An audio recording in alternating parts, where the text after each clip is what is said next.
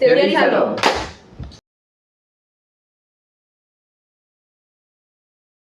Muy buenos días, estamos en otro capítulo de Teorízalo con mis compañeras Ivette Aguirre, Lian Soto, Dana Sánchez. Ángel Fernández, Oscar Genel y Anet Colores.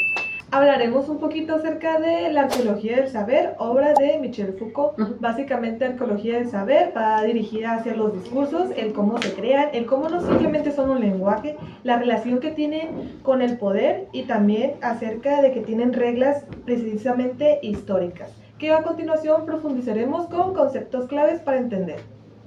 Para comenzar, introduciremos al autor Michel Foucault por palabras de mi compañera Anet Colores. Ok, Michel Foucault fue uno de los pensadores más influyentes del siglo XX, filósofo, historiador, teórico social y crítico de las instituciones modernas. Su trabajo transformó la forma en la que entendemos el poder, el conocimiento y la manera en la que la sociedad normaliza ciertos comportamientos. Fue un francés asociado al estructuralismo y al postestructuralismo. Aunque él rechazaba el tener una etiqueta, fue profesor del Collège de France, una de las instituciones más prestigiosas del mundo académico de Francia, y se interesó profundamente por cómo funcionaban las instituciones como los hospitales, las cárceles, el manicomio, los lugares de policías, y se quería saber cómo esto moldeaba lo que consideramos normal y lo que consideramos anormal. Una de sus ideas principales de Foucault fue el poder, el saber, el biopoder, el disciplinamiento y la genealogía, que mis compañeros van a extenderse un poquito en ese tema porque está también relacionado a los discursos. Y bueno, hoy en día nos ayuda mucho porque nos ayuda a entender cómo funciona el poder sin que sea necesario verlo. Para continuar, voy a pasar con mi compañero Ángel, que va a hablar sobre formaciones discursivas. Como ya lo dijo mi compañera, mi tema son las formaciones discursivas, que básicamente son un conjunto de reglas históricas que determinan qué se puede decir, cómo se puede decir y cuándo se puede decir. Dentro de qué campo se puede decir, base al conocimiento. Aquí tengo unos ejemplos que son bastante sencillos, que son, por ejemplo, en la Edad Media, cómo podían definir la locura, que la locura solamente la podían, por así decirlo, diagnosticar los de la iglesia, porque era como lo más arriba que había en ese momento, la iglesia lo diagnosticaba, y ya en el siglo XIX la locura ya se diagnosticó y ahora sí ya los médicos pueden pues darte pues como que estás un diagnóstico de una enfermedad mental, porque ya no es locura, ya es enfermedad mental. En los ámbitos de qué se puede decir, con el ejemplo ahora de la depresión, ¿qué se puede decir? Que la depresión es una enfermedad, no que la depresión es una locura, porque ya no está conocida como una locura.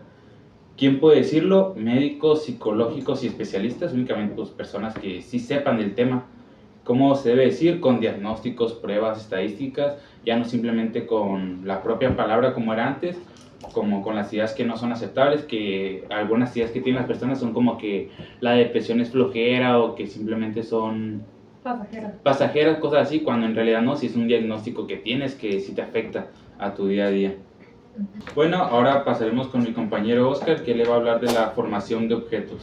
Bueno, la formación de objetos es un concepto que introduce Michel Foucault no solamente en la arqueología del saber, que es la lectura que estamos el día de hoy analizando, sino en otra lectura de sus más impactantes, que fue las palabras y las cosas. En este concepto nos habla de que la formación de objetos nos dice que los discursos no solo nombran o no nombran las características de los objetos, sino los producen.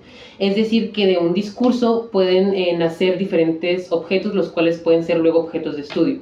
Entonces, esto nos quiere decir, en pocas palabras, que los discursos suelen crear o producir, como bien se puede interpretar, objetos los cuales después van a ser desarrollados por las personas que promueven esos discursos. Para darles un ejemplo así sencillo, es la sexualidad, la cual no es un objeto natural, sino es algo que se crea después de un discurso. Entonces, las personas que crean discursos tienden a crear un concepto que después va a producir objetos los cuales tienen que ser estudiados para darle credibilidad y pues mucho más poder al discurso que estaban teniendo. Es como si estuvieran buscando sus facultades. Entonces el discurso vendría siendo la base, que sería el nacimiento después de los objetos. Es más que nada eso. Entonces, ¿cómo podemos comprender lo que es un objeto? Pues un objeto es literalmente algo que se puede estudiar o algo que se puede desarrollar. Por eso de ahí viene el concepto objeto de estudio. El objeto podría ser, por ejemplo, la locura. La locura podría ser objeto de algún discurso que haya mencionado antes, que la locura venía de los sentimientos o algo así. Entonces, ese discurso que era promovido por ciertas personas después trajo el nacimiento del objeto de la locura. Entonces, este objeto se estudia y se analiza para después extender lo que es. Pero pues, sin embargo, como podemos ver, la locura también fue un objeto que se podría decir era erróneo. Entonces, no siempre el hecho de que los objetos nazcan en estos discursos no quiere decir que sean totalmente correctos o factibles. O sea, tiene que haber este estudio y este análisis de ellos para poder extenderlos y ver si en verdad factúan al discurso del que nacieron. Más que nada sería alejarnos de esa imagen que tenemos de un objeto como... sí, o sea, no algo como físico, algo físico, sí, no algo físico, sino como algo que puede ser estudiado, ya sean fenómenos, ya sea un ambiente en general. Muy bien. Oye, yo tengo una pregunta, no sé si vaya relacionado, pero ¿se podría relacionar como un paradigma? No. Sí y no. O sea, el paradigma sería el discurso y lo que constituye el paradigma serían los objetos. O sea, los conceptos que nacen del paradigma serían los objetos de estudio. Entonces el paradigma sería el discurso. O sea, serían, por así decirlo, o sea, si lo vemos desde esa categoría, el paradigma sería el discurso y todos los conceptos que nacen del paradigma vendrían siendo los objetos. Por ejemplo, para meternos un poco, ya nos estamos alejando un poco del tema, pero para dar un ejemplo, en el paradigma de género, el binarismo sería el objeto de estudio y el paradigma de género sería el discurso. Entonces sería lo mismo como que el discurso fuera de género y en mi discurso nace un concepto llamado binarismo, ese sería el objeto. Entonces las personas tienen que estudiar ese objeto, relacionarlo, extenderlo para poder ver si factúa a mi discurso y pues para ver si le da credibilidad. Sí, una pequeña corrección ahí. El concepto es lo que construye el objeto también. O sea, son las palabras. No podemos decir que el objeto es un concepto, tal cual. El discurso, como se puede comprender de una manera más correcta, es ese conjunto de ideas, creencias que se tiene respecto a un tema en particular. Dicho tema es denominado objeto. Y dicho objeto puede ser desglosado con diferentes conceptos que hacen más fácil su entendimiento. Exactamente, Jorge SEO Blogs. Tienes toda tu boca llena de razón y tus pensamientos claros y decisivos. Ahora proseguiremos con las modalidades enunciativas, las cuales van a ser introducidas por mi compañera Ivette Aguirre. Bueno, en este se refiere a la persona que está dando el discurso, desde qué posición lo hace y con qué autoridad. Aquí no todos pueden decir lo mismo ni pueden ser escuchados por igual, ya que no tienen como que las mismas bases de investigación. Y pues el contexto en donde se encuentran influye mucho en la validez de su palabra. Aquí vamos a poner un ejemplo, un científico, su palabra es más válida porque es un investigador en ese tema. Entonces, pues él tiene mayor validez y legitimidad su palabra, pues porque tiene experiencia, títulos, certificados y pues todo eso. Y alguien que no está especializado en ese tema, pues no le van a creer porque no tiene como la experiencia del investigador. No te metas a temas que no conoces, pues estás hablando con alguien que por lo menos es considerado especialista en esa área. Tú no lo eres. Desde luego. Tú no lo eres. Y pues al investigador sí, porque pues ya les dije, su palabra es más válida porque el sistema le da la autoridad de hacerla válida. Más que nada es que la persona esté capacitada para hablar del tema. Más que nada la persona, el momento y el lugar. Sí, y la manera. El contexto, Sí, Aquí pues su discurso, todo depende pues de quién habla, cómo se expresa, en qué contexto y con qué poder. Podemos utilizar un refrán, ¿no? El que dicen que hay que tomar las cosas de quien viene, en este caso. Y ya es muy corto, la verdad, porque se puede comprender bien este pequeño tema. Sí, conceptos. Y bueno, seguiremos con mi compañera Dana, quien explicará el concepto de formación de conceptos. Bueno, la formación de conceptos tal vez podemos obviar qué signifique, ¿no? Así como los conceptos que se van creando con parte del discurso en parte de los objetos. Sin embargo, esto incluye también una que no sean conceptos universales, es decir, que no sean tampoco temporales. ¿A qué me refiero a esto? Que no siempre significaron lo mismo según la época. Además, otro punto que tenemos que partir es de que tienen formas en que clasificarse. Solo quiero $1.000.000. Tiene una forma de coexistencia, es básicamente en cómo se van uniendo los mismos conceptos en ese discurso, el cómo hay una relación. Por ejemplo, lo que mencionan de la locura, puede mencionarse que tiene relación con una patología, que tiene relación con una enfermedad, etcétera, etcétera. Otro punto va a ser las reglas de derivación, básicamente el cómo se van transformando. Ahí es lo que entra más lo de temporalidad. Por ejemplo, si una persona de los 90, preguntó a una persona de los 90, ¿qué es la inseguridad en México? Probablemente me hubiera dicho que eran actos de delincuencia, que eran robos. Sin embargo, si le pregunto a una persona del año 2006 acerca de qué es la inseguridad en México, probablemente me hubiera dicho que era la guerra contra el narcotráfico. En cambio, si le pregunto a una persona actualmente qué es la inseguridad en México, altamente me hubiera dicho que era el problema de una sociedad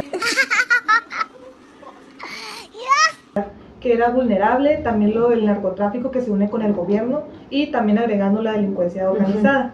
Entonces podemos recabar acerca también del grado de generalidad, acerca de cómo nos vamos especializando en un sector o no. Y luego ya entran los campos de aplicación, básicamente las prácticas, los sujetos, quién lo dice.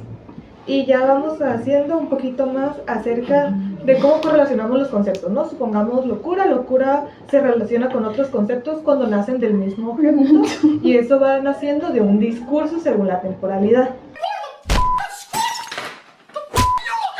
Continuando con el término de locura, lo que podemos destacar de él acerca de cómo va siendo un discurso moral y luego va creciendo para que sea psiquiátrico y va coexistiendo con otros términos que nacen de ese mismo concepto nacientes del discurso. Por ejemplo, tratamiento, manicomio, que eran cosas que antes no se utilizaban, antes entiéndase como antes del siglo XV.